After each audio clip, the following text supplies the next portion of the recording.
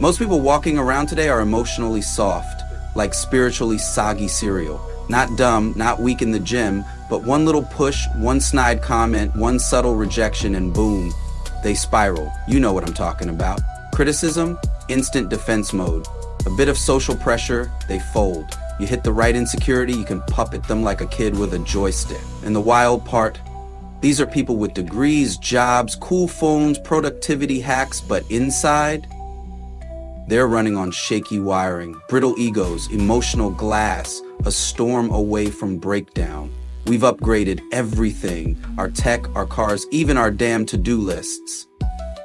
But when it comes to psychological strength, most folks are still at version 1, still ruled by the same childhood wounds, still reacting to life instead of responding to it.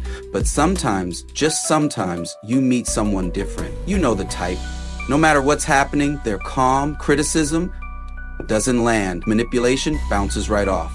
Pressure, they lean into it. They're grounded when the world's shaking, unbothered, uncontrolled. They don't chase validation. They don't crack under tension.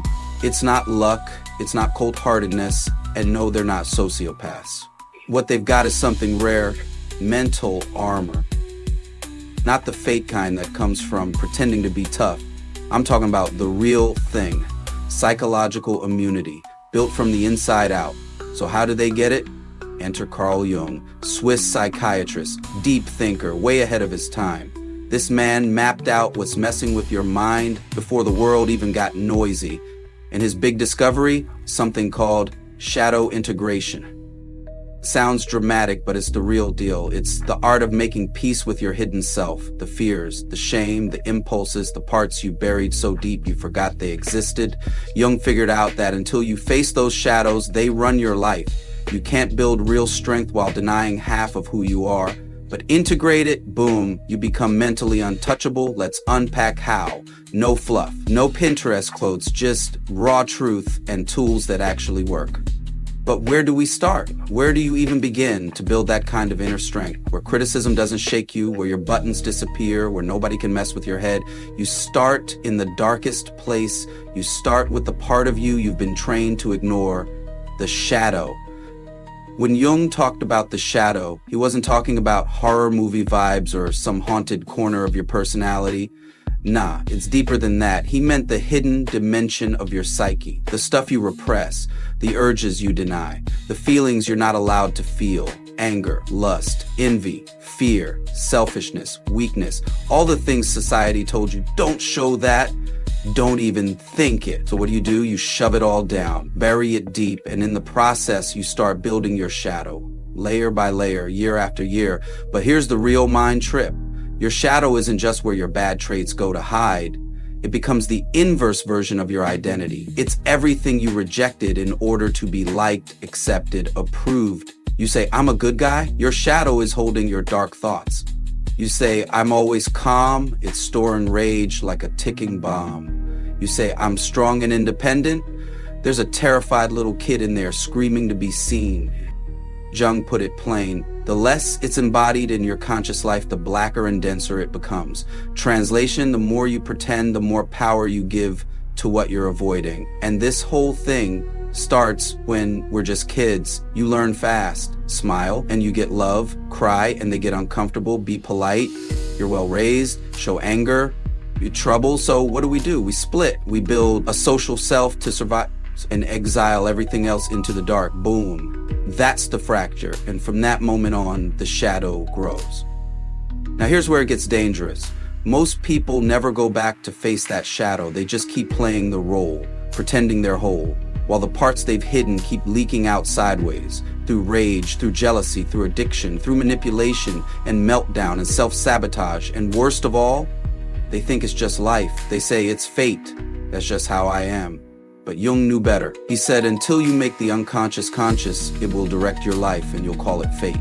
Sit with that for a second. That weird reaction you had last week, shadow. That sabotage right before things got good, shadow. That shame spiral you can't explain, shadow. It's the unseen stuff inside you playing puppet master. And here's the scary part. Other people can see it better than you can. That's how manipulation works. Someone spots your insecurity, your ego, your buried rage, and suddenly they've got you on a leash. It's not random, it's not magic, it's psychological leverage. You say you're confident? Cool, let someone question your success and watch you twitch. You act like you don't care what people think? Let someone reject you and feel your chest cave in. That's not strength. That's acting tough over a hidden wound. And it gets worse with projection. You deny your own selfishness, you'll start seeing selfishness in everyone. You repress your fear, you'll call other people cowards. You bury your desire, you'll shame people for being too much. And now, you're not even in reality. You're in a psychological hall of mirrors, fighting traits in others that you secretly carry inside, hurting relationships, damaging trust, burning bridges, all because you can't admit your own shadow's still running the show. This is how people get played. Not because they're stupid, but because they're unaware. So what's the cure? You face it. You walk straight into the basement of your psyche. You open the locked door and you say, all right, show me what I've been hiding. Your envy, your weakness, your neediness, your pain, your cravings, your violent thoughts, your shame, all of it. You don't judge it. You don't try to destroy it. You integrate it, because once you own your shadow, no one can use it against you. You say, yeah, I've been angry. I've been selfish. I've wanted things I'm not proud of. And suddenly the game changes. People can't shame you. They can't manipulate you. They can't control you through fear or guilt or praise or silence. You become psychologically bulletproof. That's what real power looks like. Not acting unbothered, not pretending to be a saint, but standing in your whole truth, light and dark, beauty and shadow, pride and pain. Jung didn't just write this for theory, he meant it for warriors, for the ones who want to stop being played by their past, their wounds, or the world. And yeah, it's uncomfortable, it's raw, it takes guts. But if you want that mental armor, if you want to be truly untouchable, then you've got one job: face your shadow. And once you do, no one, not a hater, not a manipulator, not even your own fear can mess with your mind again. Anyway, if you're still here, you're probably the kind of person who feels this stuff. Not just hearing it, but living it, trying to grow, trying to get real, trying to stop letting your past run the show. Same here. I'm not some guru. I'm just someone in the trenches, learning how to speak truth without flinching. And I'm building this channel for people like you, people who want to be real, not just look right. So if you vibed with this and you're trying to help me hit that first 1K, click that subscribe button. No pressure, no hype, just me showing up with real talk week after week. Because this ain't content. This is communication DNA. Let's grow.